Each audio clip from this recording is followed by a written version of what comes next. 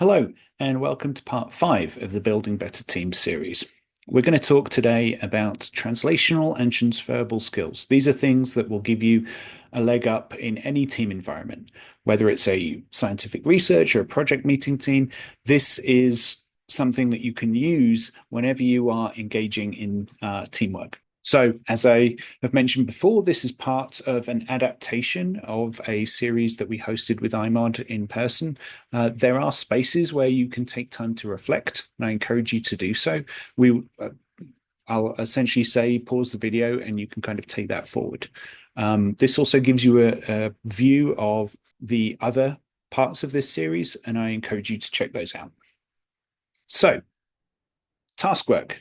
When you're in a team, you are assigned tasks. In a research team, these are to go and maybe make a molecule, make a quantum dot, measure something, put it into a device. These are things that your PhD is training you well for. It's kind of the technical stuff. It's the theory, you know how the studies are, you can do the work and you can do that. Teamwork is essentially kind of separate to that. It's how you turn up. It's your attitude. It's your behavior. It's how you interact with people, and it's how you function in an interdependent team. And these are the skills we're talking about with transferable. And these are ones that you can hopefully take with you and use in various different situations. So again, task generic, competencies that are necessary regardless of the task or the situation. Being able to use a computer, being able to write, being able to put together a presentation. Task specific, so these are competencies that are important within running a task. So maybe it's doing organic reactions, maybe it's putting together quantum dots, maybe it's measuring a certain property. Team generic, so these are things that can be used regardless of the context. So these are things where you can work on a team, whether you're in physics, whether you're in chemistry, whether you're in consulting, whether you're in teaching. All of these are things that are for your working as a team member. Team specific, so this is maybe things that are sort of more connected to knowledge within working with IMOD. So there are background skills that you need to work in that specific situation. But where we want to focus is this transferable space. So we're not going to go over work that you've done with your PhD. We're not going to talk about things that are context driven. We're literally going to take you through some of the skills that you can then use in a lot of future team environments. What we're talking about here, and I really like this T-shaped competency that gets a lot of use in different environments, and we'll talk through this. So an I-shaped is someone who has a depth of expertise in one space. So if you think about the vertical or the y-axis as your depth of knowledge, the lower down, the deeper, this is someone who has really focused in and is a leading expert in one space.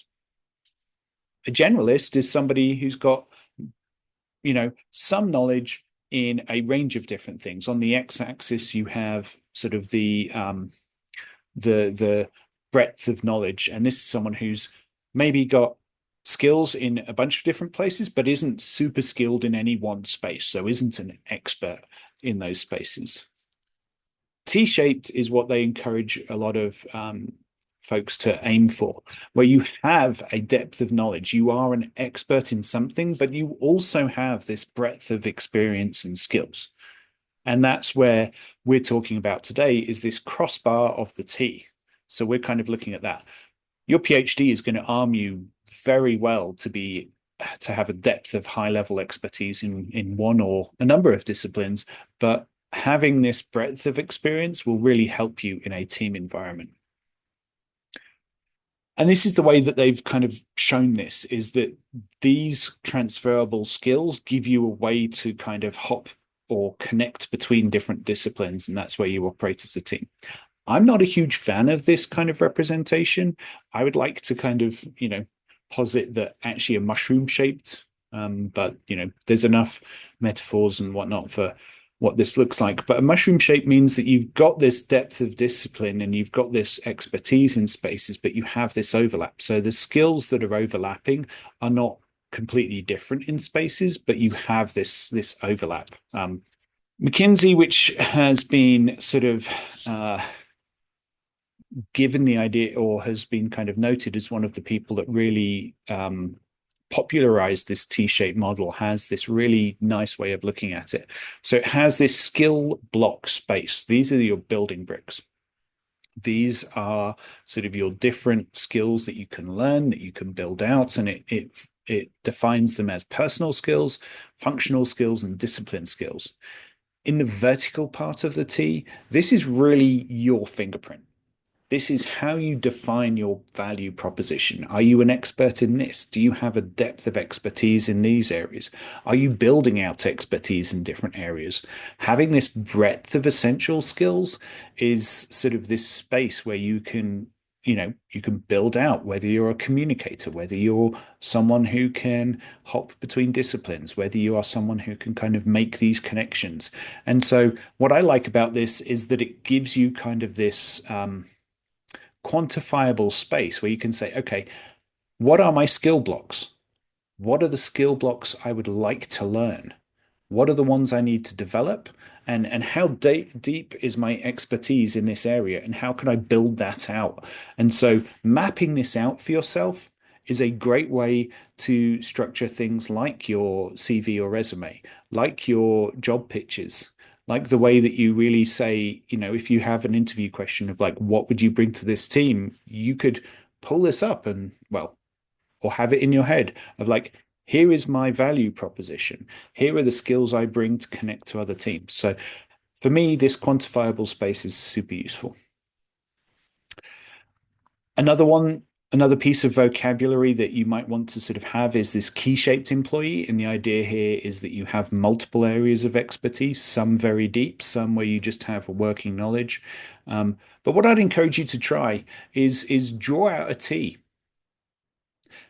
Write down what skills you think you've got, write down what skills you think you don't have, and write down what skills you'd think you would like to develop. And then how do you build a plan? Use this as an opportunity for a discussion point with a mentor and say, I've identified a weakness. I've identified a space I would like to develop.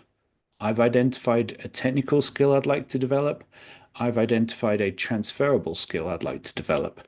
And this is a great way to kind of set yourself up for walking into your next project to say, I want to learn this technical skill, or how do I practice in this team being a more effective communicator?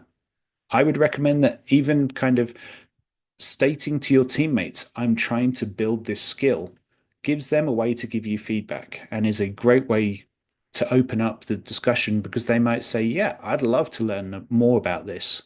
Um, so, yeah, what kind of skills? Take 30 seconds. Answer this question for yourself. What skills exist in the crossbar of the T? I'm not super interested in your technical skill set at this time, but what do you think is in that crossbar of that T? They've mapped these out. There is research on this, and what really works are these kind of four large buckets. The attitude. Do you turn up wanting to be a team player? Do you have a belief that actually being a team player is a benefit to you?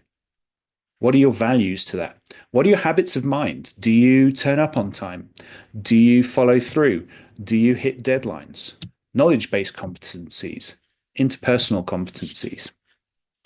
I'm not going to walk through all of these, but this is, this is a summary of all of these things. So you can go through and you can look at these and use these to say, have I got this? Am I curious? Am I open-minded when I'm in a team environment? Do I think critically? Do I have sort of a cross-disciplinary approach to things? Do I communicate well with others? And you ask for feedback. Talk to your colleagues. Asking to say, am I explaining this right? Have I done a good job on this? It gives you an opportunity to say, how do I develop myself in spaces that maybe I could be better at? If you look through this list and you're like, yeah, I've got all of this down, that's brilliant. But I suspect, I definitely look at this list and there are spaces that I can still identify where I'm like, I need to improve on this. So action items. This is just your crib sheet. Think about how you understand teamwork. Think about your profile. Plan your development. Use this as a mechanism to improve because there's always space to practice on these things. Okay. We are moving on to what is in session 3 for the next section. This is looking at building a vision. How do we build that vision together? And how do we define expectations on how we're going to carry through on that? So see you at the next one.